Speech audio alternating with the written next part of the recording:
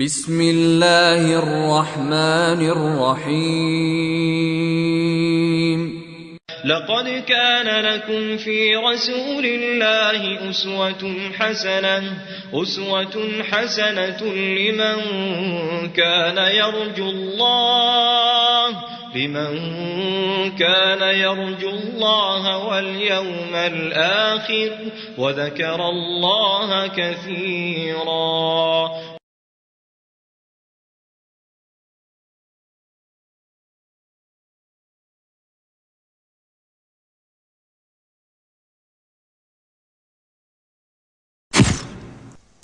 إن الحمد لله نحمده ونستعينه ونستغفره ونعوذ بالله من شرور أنفسنا ومن سيئات أعمالنا. من يهده الله فلا مضل له ومن يضلل فلا هادي له. وأشهد أن لا إله إلا الله وحده لا شريك له وأشهد أن محمدا عبده ورسوله. أما بعد فإن خير الحديث كتاب الله وخير الهدي هدي محمد صلى الله عليه وسلم وشر الأمور محدثاتها وكل محدثة بدعة وكل بدعة ضلالة وكل ضلالة في النار. اللهم علمنا ما ينفعنا وانفعنا بما علمتنا وزدنا علما وهداية وتوفيقا وسدادا وصلاحا يا رب العالمين. واجب الاحترام بھائیوں، معزز ساتھیوں، عزیز بچوں اور ہماری ماؤں اور بہنوں، سابقہ درس میں نے حضرت خدیجہ رضی اللہ عنہا کا انتقال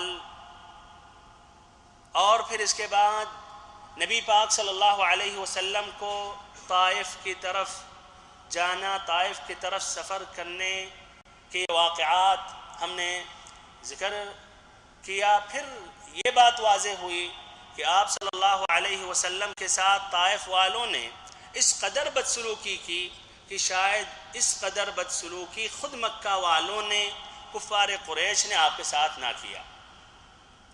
آپ صلی اللہ علیہ وسلم کافی امید لے کر طائف پہنچے کہ شاید وہاں کے لوگ اسلام قبول کر لیں، شاید وہاں کے لوگ آپ صلی اللہ علیہ وسلم کی مدد کرنے لگے، لیکن وہاں کے لوگوں نے پتھروں سے استقبال کیا.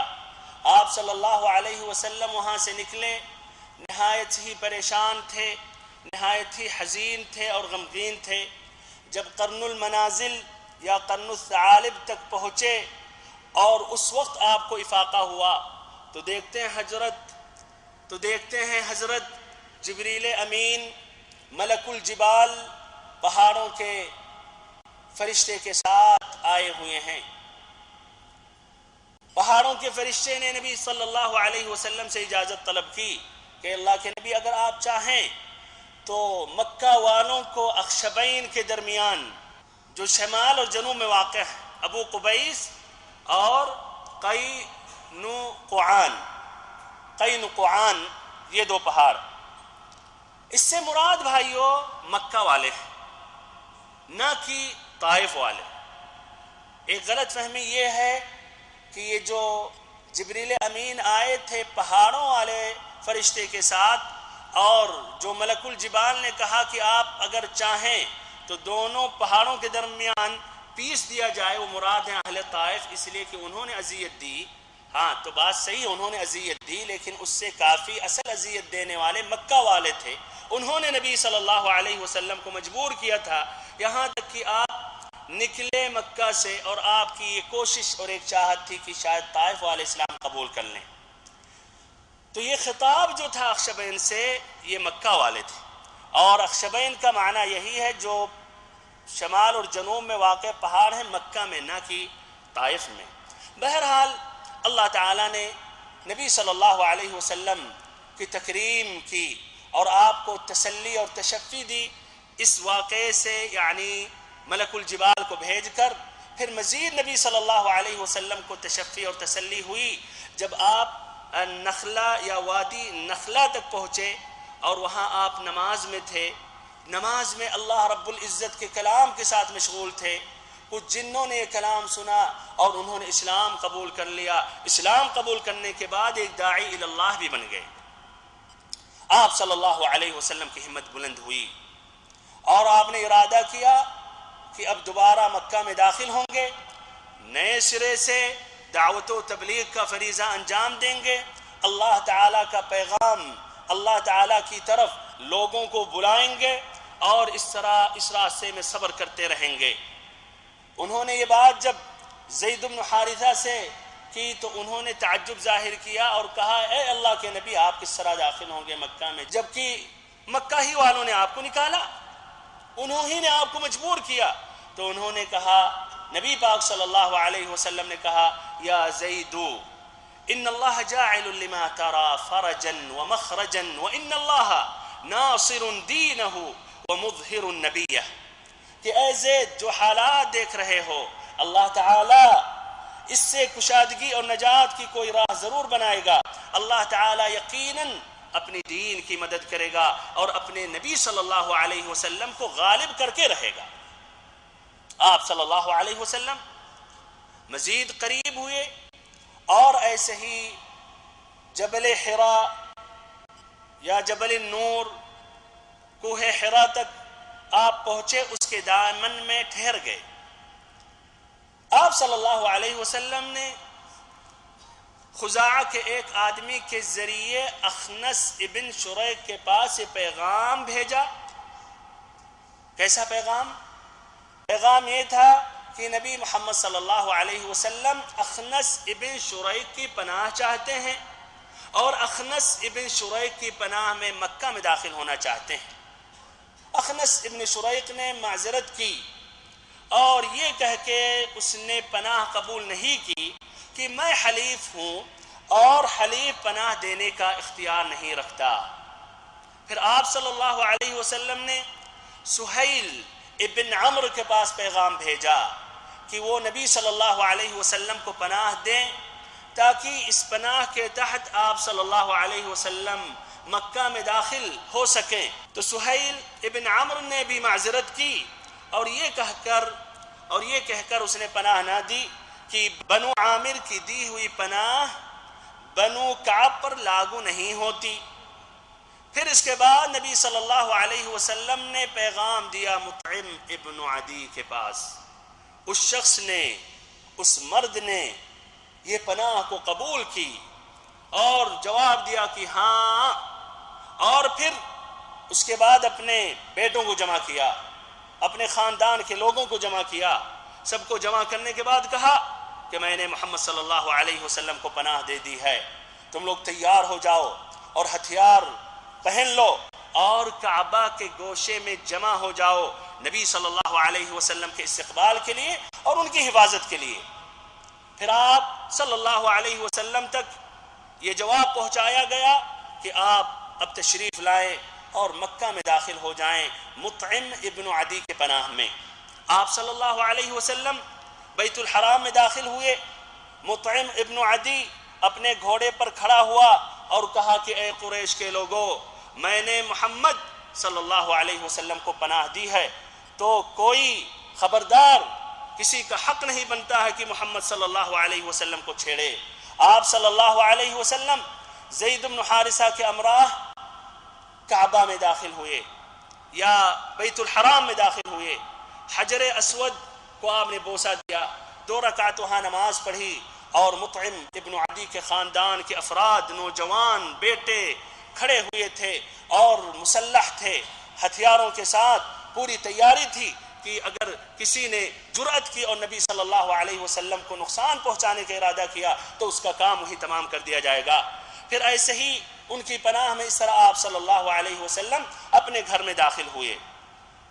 ہمارے بھائیوں، یہ بھی کہا جاتا ہے اس موقع پر کہ ابو جہل نے جب یہ بات سنی کہ مطعم ابن عدی نے نبی صلی اللہ علیہ وسلم کو پناہ دی تو سوال اس نے کیا مطعم ابن عدی سے کہ آپ نے صرف پناہ دی ہے یا اس شخص کے دین میں بھی داخل ہو گئے؟ تو اس نے کہا میں نے صرف پناہ دی ہے۔ تو کہا اگر آپ نے صرف پناہ دی ہے تو ہم بھی اس کو پناہ دیتے ہیں جس کو آپ نے پناہ دی۔ بہرحال آپ صلی اللہ علیہ وسلم کا یہ حسن سلوک پر ذرا غور کریں، ذرا بھائیوں سوچیں۔ ایام گزرتے رہے، سال کے بعد کئی سال آئے، آپ صلی اللہ علیہ وسلم نے مطعم ابن عدی کا حسن سلوک نہیں بھولا۔ آپ صلی اللہ علیہ وسلم مطعم ابن عدی کا یہ جو حسن سلوک تھا آپ نہیں بھولے۔ غزوہ بدر میں جب کفار مکہ کی ایک بڑی تعداد قید ہو کر آئی اور مطعم ابن عدی کے صاحبزادے جبیر ابن مطعم آپ صلی اللہ علیہ وسلم کی خدمت میں حاضر ہوئے، اس لیے ان قیدیوں کی رہائی کے لیے تو آپ صلی اللہ علیہ وسلم نے کہا، اور یہ روایت بھائیو صحیح امام بخاری میں ہے، لو كان المطعم ابن عدی حيا ثم كلمني في هؤلاء النتنة لتركتهم له۔ اگر مطعم ابن عدی زندہ ہوتا اس وقت، پھر وہ شخص ہم سے ان بدبودار لوگوں کے متعلق گفتگو کرتا تو میں مطعم ابن عدی کے خاطر ان تمام لوگوں کو چھوڑ دیتا۔ اللہ اکبر، یہ خلق تھا نبی صلی اللہ علیہ وسلم کا۔ یہ ہمارے بھائیوں بناوٹی خلق نہیں تھا، یہ اوریجنل خلق تھا جو اللہ تعالیٰ نے نبی صلی اللہ علیہ وسلم کو عطا کیا تھا، اور اللہ تعالیٰ نے پھر تعریف کی نبی صلی اللہ علیہ وسلم کے اخلاق کو، وَإِنَّكَ لَعَلَىٰ خُلُقٍ عَظِيمٍ۔ بہرحال بھائیوں، اس طرح ہم اس واقعے کے بعد جو عبرت اور سبق ہیں وہ ذکر کر رہا ہوں، شاید اللہ تعالیٰ ہمارے دلوں میں ان باتوں کو داخل کر دے اور پھر ہم اس پر عمل کرنے لگیں، پھر اس طرح ہمیں سعادت دارین حاصل ہو جائے۔ پہلا سبق، پہلا فائدہ یہ ہے کہ نبی پاک صلی اللہ علیہ وسلم بہت اچھے اور اونچے صفات اور اخلاق کے حامل تھے، جو ایک داعی اللہ کو بھی چاہیے کہ ان اخلاق، ان صفات عالیہ کو اپنائے اور اپنے اندر لائے۔ اس واقعے سے 3 اہم صفت بیان کر رہا ہوں۔ پہلی صفت صبر۔ نبی پاک صلی اللہ علیہ وسلم نہایت ہی اس صفت میں اونچے مقام اور اعلیٰ مرتبہ پر فائز تھے۔ آپ غور کریں کہ آپ نے مکہ سے طائف کا سفر جاتے آتے پیدل طے کیا۔ ایسے ہی آپ صلی اللہ علیہ وسلم کو طائف والوں نے اذیتیں پہنچائیں، تب بھی آپ صلی اللہ علیہ وسلم نے ان پر بددعا نہ دی، تب بھی آپ صلی اللہ علیہ وسلم نے ان پر بددعا نہ کی، بلکہ ان کے لیے بھی آپ نے دعا کی، اور سبحان اللہ، اللہ تعالیٰ نے یہ دعا قبول کی۔ آگے سیرت میں انشاءاللہ آئے گا۔ فتح مکہ کے بعد آپ نے طائف کا حصار کیا، پھر آپ چھوڑ کر آپ مدینہ واپس آگئے، پیچھے پیچھے یہ لوگ آ کر انہوں نے اسلام قبول کیا اور اسلام کا اعلان کیا اور نبی صلی اللہ علیہ وسلم کے دین میں داخل ہو گئے۔ دوسری صفت بھائیو، ایک داعی اللہ کو چاہیے کہ سچے دل سے اللہ سے پناہ مانگے، اللہ تعالیٰ سے التجا کرے، اللہ رب العزت کی عبادت کرے۔ آپ غور کریں، نبی پاک صلی اللہ علیہ وسلم اللہ سے برابر پناہ مانگ رہے ہیں، اللہ سے التجا کر رہے ہیں، دعا مانگ رہے ہیں، پھر ایسے ہی قرآن مجید کی تلاوت کر رہے ہیں، ایسے ہی راستے میں جب پہنچ رہے ہیں اتنی شدت اور عنا اور تکلیفوں کے باوجود قیام اللیل، تہجد کی نماز پڑھ رہے ہیں۔ تہجد اور قیام اللیل، تہجد کی نماز پڑھ رہے ہیں۔ اللہم المستعان۔ تہجد کی اہمیت یا فضیلت ہم کیا بیان کریں؟ اگر ہم فجر کی نماز میں سست رہتے ہیں اور شاید ہفتوں مہینوں گزر جاتا ہے اور جماعت کے ساتھ پڑھنے کی توفیق نہ ہوتی ہے۔ بہرحال ایک داعی اللہ کو سمجھنا چاہیے اور فرائض کا تو خاص اہتمام کرنا چاہیے، اور فرائض کے بعد نفلوں کا بھی اہتمام کرنا چاہیے، اور اس میں قیام اللیل، تہجد کی نماز ہے۔ ایسے ہی بھائیو، تیسری صفت لوگوں پر رحم کرنا، ان پر شفقت کھانا اور نرمی برتنا۔ آپ صلی اللہ علیہ وسلم کو ایک بہترین چانس دیا گیا۔ ملک الجبال پہنچے اور کہنے لگے اگر آپ چاہیں تو ہاں بس کہہ دیں، اشارہ کریں، مکہ والوں کو دونوں پہاڑوں کے درمیان پیس دیا جائے، کچل دیا جائے۔ آپ نے کیا کہا کہ لا لعل اللہ ان یخرج من اصلابہم من یعبد اللہ وحدہ فلا یشرک بہ شیئا، کہ نہیں، ایسا نہ کریں، ہمیں امید ہے کہ شاید اللہ رب العزت ان کے پشتوں سے ایک ایسی نسل پیدا کرے جو صرف اللہ کی عبادت کرے گی، اس کے ساتھ کسی کو شریک نہ کرے گی۔ تو ہمارے بھائیوں، ہمیں بھی لوگوں پر رحم کرنا چاہیے اور ان پر شفقت کرنی چاہیے۔ یہ دیکھنا چاہیے کہ آدمی گمراہ ہے، اسلام پر نہیں ہے، راہ حق پر نہیں ہے، یہ جہنم کی طرف جا رہا ہے، ہمیں اس کے لیے اس طرح رحم کھانا چاہیے اور اس کو نصیحت دینی چاہیے اور اس کے لیے بھی اللہ تعالیٰ سے دعا کرنی چاہیے۔ دوسرا فائدہ بھائیو، دوسرا سبق اس واقعے میں یہ ہے کہ آپ صلی اللہ علیہ وسلم جب طائف میں داخل ہوئے تو سب سے پہلے ان کے 3 سرداروں کے پاس آپ پہنچے، آپ نے انہیں دین کی تبلیغ آپ نے کی، آپ نے اسلام کی طرف بلایا اور آپ نے ان سے مدد طلب کیا۔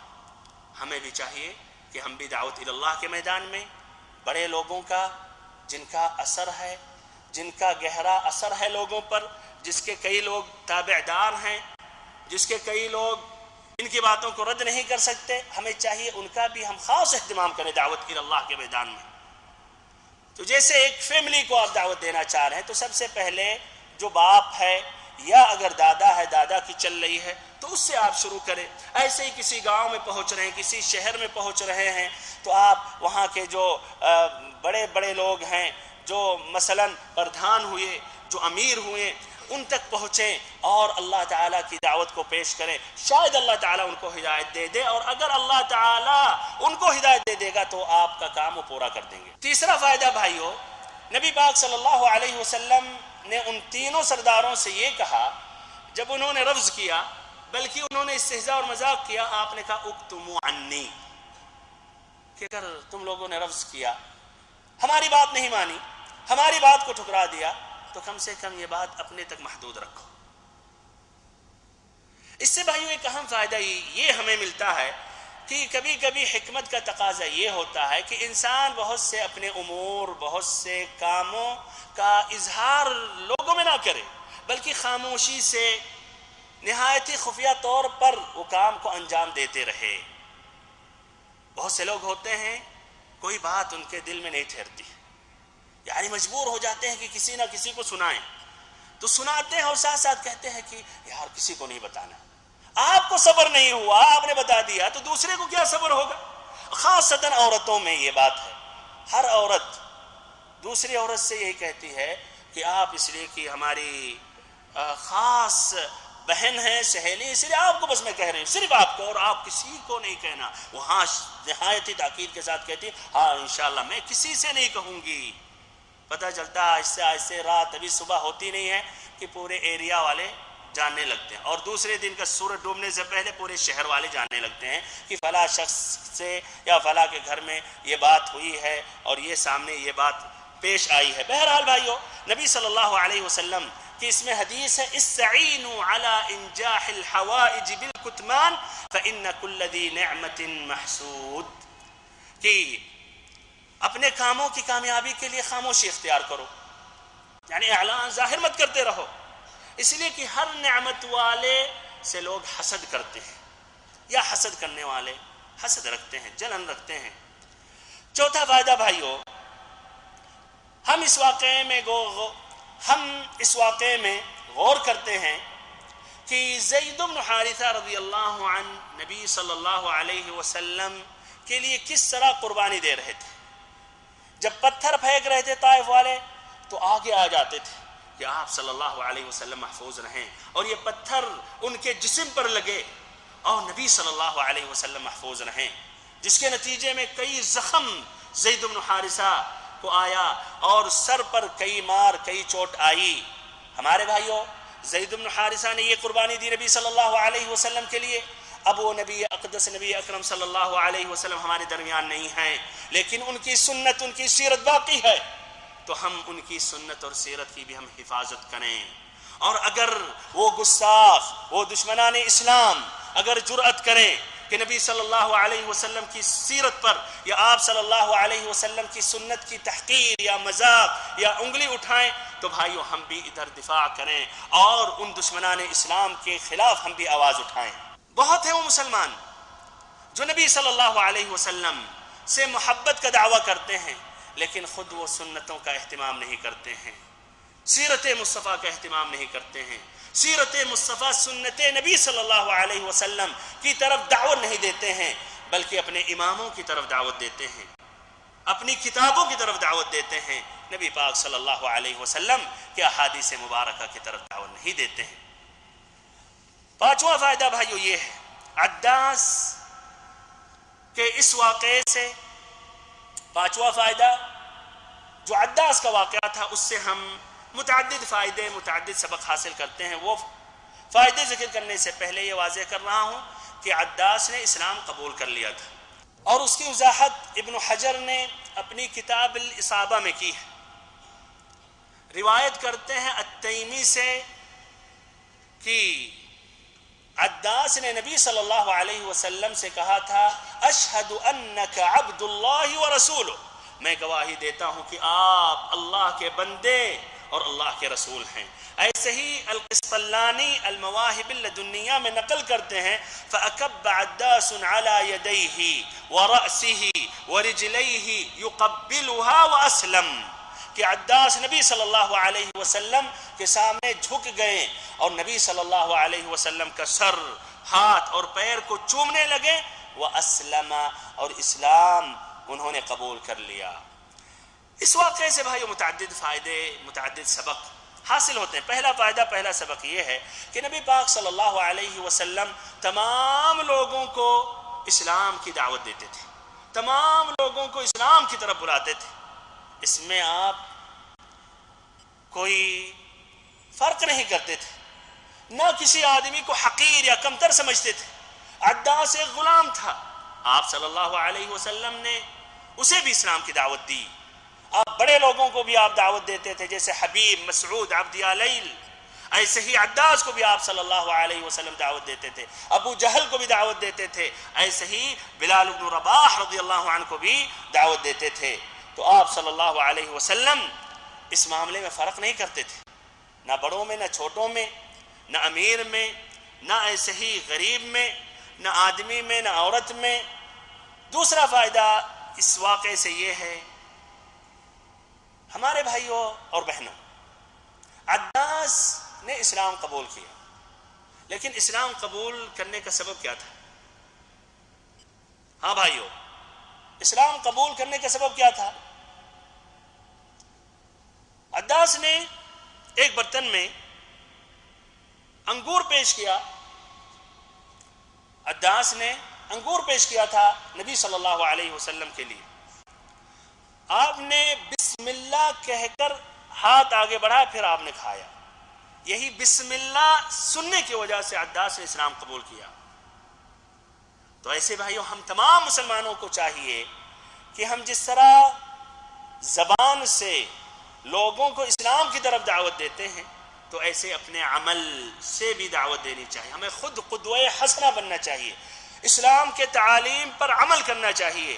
اگر ہم عمل کرنے لگیں گے تو ایسے ہی بہت سے لوگ مسلمان ہو جائیں گے۔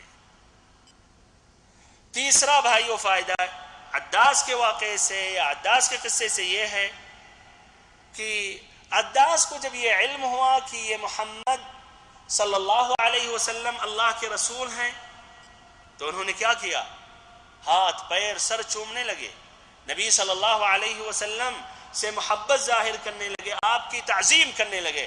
ہمیں بھی چاہیے کہ ہم نبی صلی اللہ علیہ وسلم سے محبت کریں، آپ کی تعظیم کریں، آپ کی سنتوں سے بھی، ایسے ہی آپ کی ہر بات سے، ہر قول سے، ہر فعل سے، ہر عمل سے، ایسے ہی آپ کی مسجد نبوی کی زیارت کریں، اور مسجد نبوی کی زیارت کرنے کے بعد آپ کی قبر شریف کی بھی ہم زیارت کریں، اور آپ صلی اللہ علیہ وسلم پر درود و سلام پڑھیں، اور ہمیشہ درود و سلام پڑھتے رہیں۔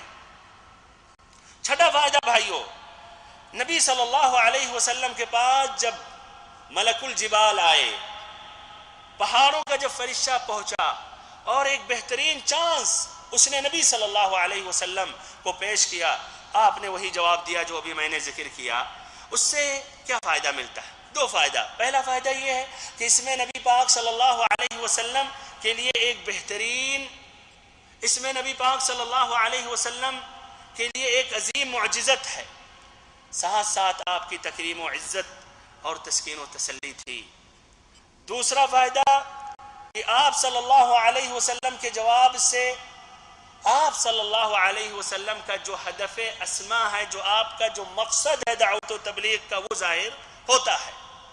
آپ کا مقصد اس دعوت و تبلیغ کے پیچھے کیا تھا؟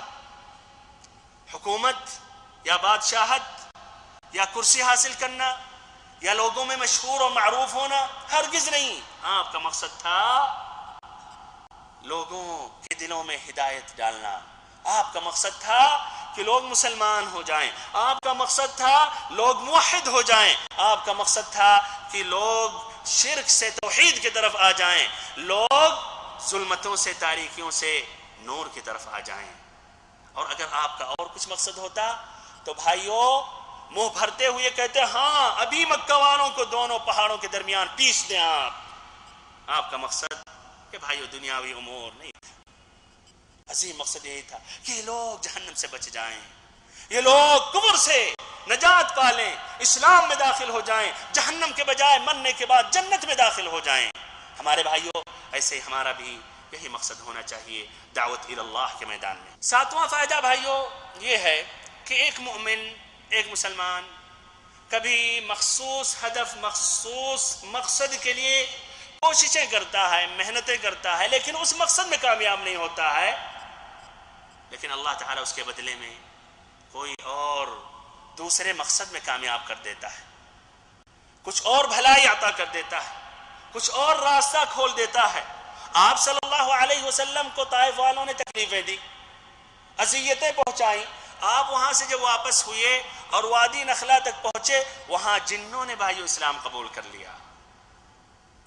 آپ نے سوچا بھی نہیں ہوگا کہ یہ جن اسلام قبول کریں گے۔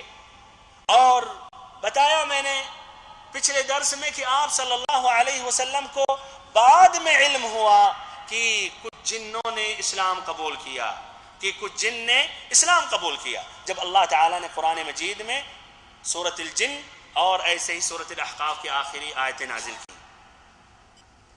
آٹھواں فائدہ بھائیو یہ ہے، جنوں نے جو اسلام قبول کیا اس میں متعدد فائدے ہیں۔ پہلا فائدہ یہ ہے جنوں کا حسن ادب قرآن مجید کے ساتھ۔ وَإِذْ صَرَفْنَا إِلَيْكَ نَفَرًا مِّنَ الْجِنِّ يَسْتَمِعُونَ الْقُرْآنَ فَلَمَّا حَضَرُوهُ قَالُوا أَنصِتُوا۔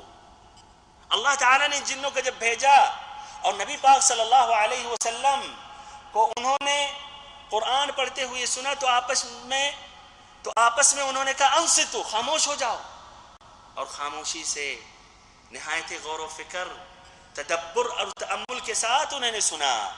تو ہمیں بھی بھائیو خاموشی کے ساتھ قرآن مجید سننا چاہیے اور ایسے معنی مطلب بھی سمجھنا چاہیے۔ اگر یہ معنی مطلب نہیں سمجھتے تو شاید یہ جن اسلام قبول نہیں کرتے۔ ایسے بھائیو دوسرا فائدہ یہ ہے فَلَمَّا قُضِيَ وَلَّوْا إِلَىٰ قَوْمِهِمْ مُنذِرِينَ۔ آپ صلی اللہ علیہ وسلم نے جب اپنی قرأت مکمل کی تو یہ داعی بن کر اپنے قوم میں واپس ہوئے۔ ہمیں بھی چاہیے کہ جب حق بات واضح ہو جائے تو ہم دوسروں تک پہنچائیں، بلکہ ہم بھی داعی اللہ بنیں۔ تیسرا فائدہ بھائیو، ان جنوں کے اسلام میں عبرت ہے ان لوگوں کے لیے جو اسلام قبول نہیں کرتے ہیں، جبکہ وہ بشر ہیں۔ نبی صلی اللہ علیہ وسلم بھی بشر تھے، قُلْ إِنَّمَا أَنَا بَشَرٌ مِثْلُكُمْ يُوحَىٰ إِلَيَّ۔ تو ان کے لیے عبرت ہے کہ ان سے زیادہ بہتر تو وہ جن ہیں جو بشر کی نسل سے نہیں ہیں، جو بشر میں سے نہیں ہیں، اور انہوں نے ان سے سبقت حاصل کر لی اسلام کے میدان میں، اور وہ نبی صلی اللہ علیہ وسلم پر انہوں نے ایمان لایا ان سے پہلے۔ ایسے چوتھا فائدہ بھائیو، اسلام، جنوں کے اسلام لانے میں آپ صلی اللہ علیہ وسلم کے لیے تسلی، تشفی اور آپ کی ہمت بلند ہوئی، اور اس میں یہ مقصد تھا کہ اللہ کے نبی اللہ تعالیٰ آپ صلی اللہ علیہ وسلم کو ہرگز رسوا نہیں کرے گا۔ اللہ تعالیٰ آپ صلی اللہ علیہ وسلم کو کبھی نہیں چھوڑے گا۔ اگر یہ طائف والوں نے اسلام نہیں قبول کیا تو یہ جنوں کی ایک بڑی تعداد، ایک بڑی ٹیم نے اسلام قبول کر لیا. تو جس طرح اللہ تعالیٰ نے یہ جنوں کو توفیق دی، انہوں نے اسلام قبول کر لیا، تو ایسے ہی مستقبل ایام میں وہ لوگ بھی جو آپ سے دشمنی کر رہے ہیں ان کے دلوں میں بھی اللہ تعالیٰ ہدایت ڈالے گا. نواں فائدہ بھائیو، نبی پاک صلی اللہ علیہ وسلم کا حسن خلق اور آپ کا جو وفائے عہد ہے، اور آپ کا جو وفائے عہد ہے یہاں تک کہ کافروں کے ساتھ. مطعم ابن عدی جس نے نبی صلی اللہ علیہ وسلم کو پناہ دی تھی، اور یہی وہ شخص ہے جس نے وہ صحیفہ کو چاک کیا تھا، یا چاک کرنے میں اس نے بھی مدد کی تھی. آپ صلی اللہ علیہ وسلم نے اس کا یہ جو حسن سلوک تھا آپ بھولے نہیں، بعد میں بھی آپ یاد کرتے رہے. ہمارے بھائیوں، ہمیں بھی اس سے استفادہ کرنا چاہیے، ہمارا بھی اخلاق بلند ہونا چاہیے کافروں کے ساتھ، مسلمانوں کے بھی ساتھ. اور ایسے ہی وہ مسلمان جو بھائیوں بدعتوں میں ملوث ہیں یا شرک میں ملوث ہیں، ان کے ساتھ بھی اپنا حسن سلوک ہونا چاہیے، اور حسن سلوک ہی کے ذریعے ہم ان کے دلوں کو جیت سکتے ہیں اور پھر ان کو ہم راہ حق پر لا سکتے ہیں. اب اس طرح بھائیوں ہم اور آگے بڑھتے ہیں. سیرت النبی صلی اللہ علیہ وسلم کے متعلق سیرت النبی صلی اللہ علیہ وسلم کے دروس میں ایک عظیم معجزت کا ذکر کر رہا ہوں جو اللہ تعالیٰ نے اپنے حبیب صلی اللہ علیہ وسلم کو عطا کی تھی. یہ ایسی معجزت تھی جو اللہ تعالیٰ نے کسی اور نبی کو نہ عطا کی تھی، نہ کسی اور رسول کو اللہ تعالیٰ نے دی تھی. وہ معجزت اسراء اور معراج کی معجزت، یا اسراء و معراج کا وہ اہم واقعہ. اللہ تعالیٰ آپ صلی اللہ علیہ وسلم کی عزت و تکریم کے لیے اور آپ کی ہمت کو بلند کرنے کے لیے خاصتاً ابو طالب کے انتقال ہونے کے بعد جو آپ صلی اللہ علیہ وسلم کی مدد کیا کرتے تھے، اور ایسے ہی حضرت ام المؤمنین خدیجہ الکبریٰ رضی اللہ عنہا کے انتقال ہو جانے کے بعد جو آپ صلی اللہ علیہ وسلم کا ساتھ دیا کرتی تھیں. پھر ایسے ہی طائف میں جانے کے بعد انہوں نے جو بدسلوکی کی اور نہایت ہی بدتمیزی کے ساتھ پیش آئے، تو اللہ تعالیٰ نے آپ صلی اللہ علیہ وسلم کی عزت و تکریم بخشی اور آپ کو یہ تسلی اور تشفی دیتے ہوئے یہ مقام عطا کیا، یہ ایسی معجزت دی جو کسی اور نبی کو اللہ تعالیٰ نے ایسی معجزت نہ دی تھی. یہ اسراء اور معراج کا جو واقعہ ہے بھائیو، یہ عام قسم کا ایک واقعہ نہیں ہے، اور نہ یہ ایک شخصی ایک واقعہ تھا کہ آپ صلی اللہ علیہ وسلم مکہ سے بیت المقدس، پھر بیت المقدس سے ساتوں آسمان تک، بلکہ اللہ رب العزت سے ملاقات کر کے آپ واپس آ گئے. اس کے اندر گہرائیاں ہیں. اس کا ایک اہم مقصد یہ بیان کرنا تھا کہ یہ نبی، یہ محمد صلی اللہ علیہ وسلم جو مکہ والے اذیتیں پہنچا رہے ہیں، طائف والے بھی اذیتیں دے رہے ہیں، یہ محمد صلی اللہ علیہ وسلم دونوں قبلے کے نبی ہیں، دونوں قبلوں کے نبی ہیں. بیت المقدس یا مسجد اقصی اور ایسے ہی مسجد حرام، یہ دونوں قبلوں کے نبی ہیں. اور ایسے ہی آپ صلی اللہ علیہ وسلم امام المشرقین والمغربین ہیں، مشرق اور مغرب دونوں جانب کے لوگوں کے امام اور سردار ہیں. اور ایسے ہی آپ صلی اللہ علیہ وسلم اپنے سے پہلے جتنے انبیاء اور رسول گزرے ہیں ان تمام نبیوں اور رسولوں کے آپ وارث ہیں. اور ایسے ہی آپ صلی اللہ علیہ وسلم آنے والی نسلوں کے امام ہیں. اس واقعے میں بھائیوں مکہ بیت المقدس سے جڑا، مسجد حرام مسجد اقصی سے جڑا، آپ صلی اللہ علیہ وسلم نے تمام نبیوں کی امامت کی. اس کے اندر بھائیوں بہت سی گہرائیاں ہیں.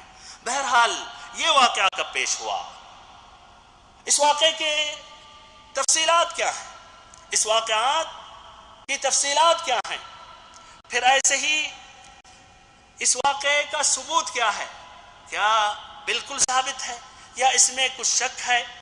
پھر ایسے ہی آپ صلی اللہ علیہ وسلم نے جب کفار قریش کو بتایا تو ان کا موقف کیا تھا، مسلمانوں کا موقف کیا تھا، حضرت ابو بکر رضی اللہ عنہ کا موقف کیا تھا.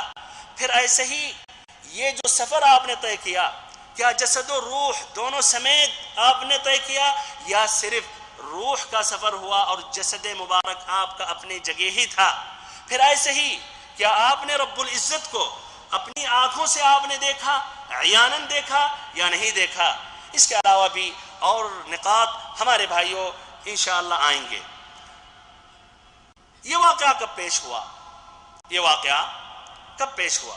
اس میں بھائیوں اہل سیر میں، مؤرخین میں، اہل علم میں بہت اختلاف ہے، اختلاف تھا اور ابھی بھی باقی ہے اور قیامت تک باقی رہے گا۔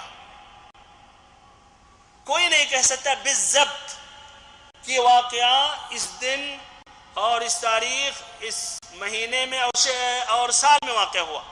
کوئی نہیں کہہ سکتا کس دن میں، مہینے میں، سال میں واقع ہوا۔ متعدد اقوال ہیں۔ ایک قول یہ ہے کہ آپ صلی اللہ علیہ وسلم کو جس سال نبوت ملی اسی سال اسراء اور معراج کا واقعہ پیش ہوا، اسی سال معراج بھی واقع ہوئی۔ دوسرا قول ہے کہ نبوت کے 5 سال کے بعد یہ واقعہ پیش ہوا۔ تیسرا قول ہے کہ نبوت کے 10ویں سال 27 رجب میں یہ واقعہ پیش ہوا۔ ایک چوتھا قول ہے ہجرت سے 16 مہینے پہلے یہ واقعہ پیش ہوا۔ ایک پانچواں قول ہے ہجرت سے 1 سال 2 مہینے پہلے۔ ایک چھٹا قول ہے کہ ہجرت سے 1 سال پہلے۔ کچھ لوگوں نے جزم کیا کہ 27 رجب سن 10 نبوت، جس طرح کہ علامہ منصور پوری رحمہ اللہ، اور ایسے ہی کچھ اور لوگوں نے جزم کیا جس طرح کہ ایک ترہونی ہے اپنی کتاب صحیح السیرہ میں کہ 12 ربیع الاول اور پیر دو شنبہ کا دن تھا۔ ایسے ہی کچھ نے اور جزم کیا، مہینے کے اعتبار سے کسی نے رجب کہا، کسی نے رمضان کہا۔ المہم بھائیوں اس میں ابن کثیر رحمہ اللہ کہتے ہیں فَهِيَ بَعْدَ الْعَامِ الْعَاشِرِ مِنَ الْبِعْثَةِ كما تدل على ذلك مجريات الأحداث لكن اختلف في تحديد زمانها بعد العام العاشر۔ امام ابن کثیر اپنی کتاب البدایہ والنہایہ میں کہتے ہیں کہ یہ واقعہ غالباً سن 10 نبوت کے بعد پیش آیا۔ یہ واقعہ سن 10 نبوت کے بعد واقع ہوا، اس لیے کہ سیرت کے جو وقائع اور حادثے ہیں اس پر دلالت کرتے ہیں۔ لیکن اب سن 10 نبوت کے بعد بالضبط کب، یہ کوئی نہیں جانتا ہے یا کوئی تحدید نہیں کر سکتا، اللہ ہی تعالی بہتر جانے۔ لیکن آپ صلی اللہ علیہ وسلم اس کے بعد یعنی 13 سال مکہ میں رہے اور یہ واقعہ یقیناً مکہ میں یعنی ہجرت سے پہلے پیش آیا، تو بالضبط سن 10 نبوت میں واقع ہوا یا 11 میں یا ہجرت سے 1 سال پہلے۔ کچھ لوگوں نے 1 سال سے پہلے کہا جس طرح کی قاضی عیاض نے۔ المہم بھائیو خلاصہ کلام یہ ہے کہ یہ واقعہ سن 10 نبوت کے بعد پیش ہوا۔ یہ معراج واقع ہوئی سن 10 نبوت کے بعد اور غالباً یہ ہجرت سے پہلے ہی یہ واقعہ پیش ہوا، لیکن بالضبط تعین کرنا یہ بہت ہی مشکل کام ہے، اس پر واضح دلیل نہیں ہے۔ ثبوت کے متعلق بھائیوں کہ یہ کہاں تک یہ ثابت ہے، تو یہ بھائیوں بالکل ثابت ہے اور اس میں ادنا اشکال نہیں ہے۔ اور یہ واقعہ سیرت کے وہ اہم واقعات اور اہم حادثے میں سے نہایت ہی مشہور ہے جس میں متعدد روایتیں موجود ہیں اور قرآن مجید کی آیتیں بھی موجود ہیں۔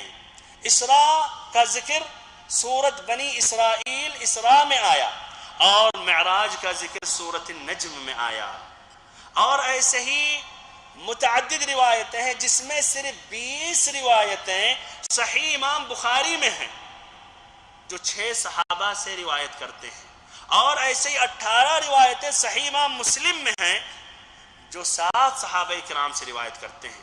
تو بھائیو تمام اہل علم کا، سلف صالحین کا، ائمۃ الاسلام کا، محدثین کا، جمہور اہل علم کا اتفاق ہے، یہ شبہ اجماع ہے، بلکہ بالکل اجماع ہے۔ اور جو یہ انکار کر رہا ہے تو گویا دین کا ایک ایسے حصے کا انکار کر رہا ہے جو ایک دم معلوم ہے اور واضح ہے۔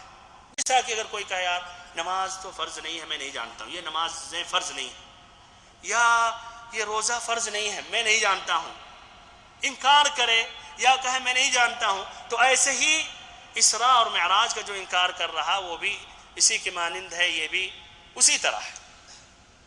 اللہ تعالیٰ نے قرآن مجید میں اسراء کا ذکر کیا، سورت بنی اسرائیل میں فرمایا رب العزت نے سبحان الذي أسرى بعبده ليلا من المسجد الحرام إلى المسجد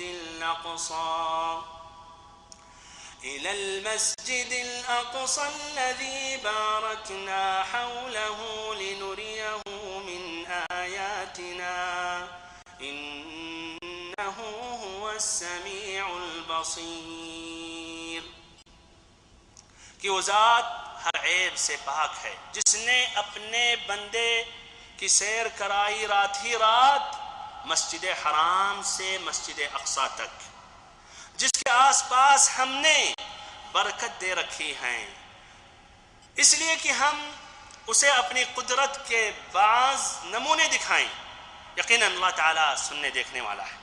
ایسے معراج کا واقعہ سورۃ النجم میں آیا، فرمایا رب العزت نے وَلَقَدْ رَآهُ نَزْلَةً أُخْرَى عِندَ سِدْرَةِ الْمُنتَهَى عِندَهَا جَنَّةُ الْمَأْوَى إِذْ يَغْشَى السِّدْرَةَ مَا يَغْشَى مَا زَاغَ الْبَصَرُ وَمَا طَغَى لَقَدْ رَأَى مِنْ آيَاتِ رَبِّهِ الْكُبْرَى۔